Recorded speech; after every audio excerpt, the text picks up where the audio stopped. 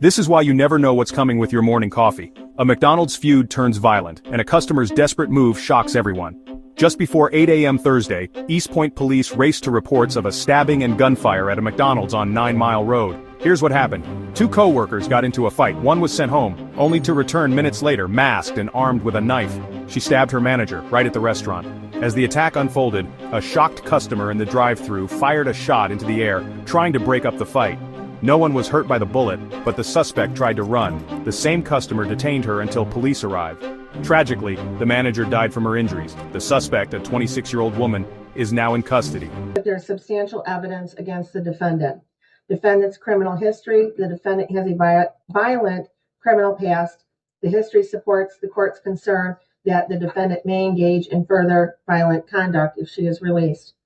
The defendant's ties to the community: while the defendant is relatively young at 26 years of age, there's no indication that she has any significant stabilizing ties to the community that would ensure her return for court appearances.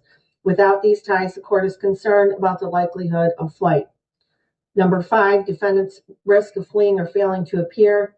Due to the severity of the charges and the habitual offender status, it makes the defendant a high risk for flight. The court finds that this factor weighs heavily in favor of a high bond amount.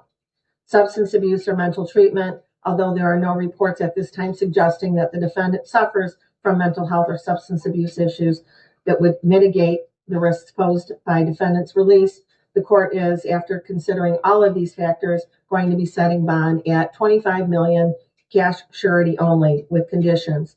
If the defendant is able to meet those conditions, she must be on a GPS steel cuff tether. She's not to leave the state of Michigan. She is to report her address within 24 hours of,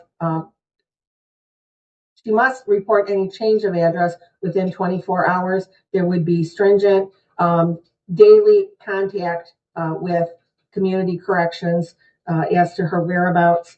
She also would be required to have alcohol and drug testing as condition of her release.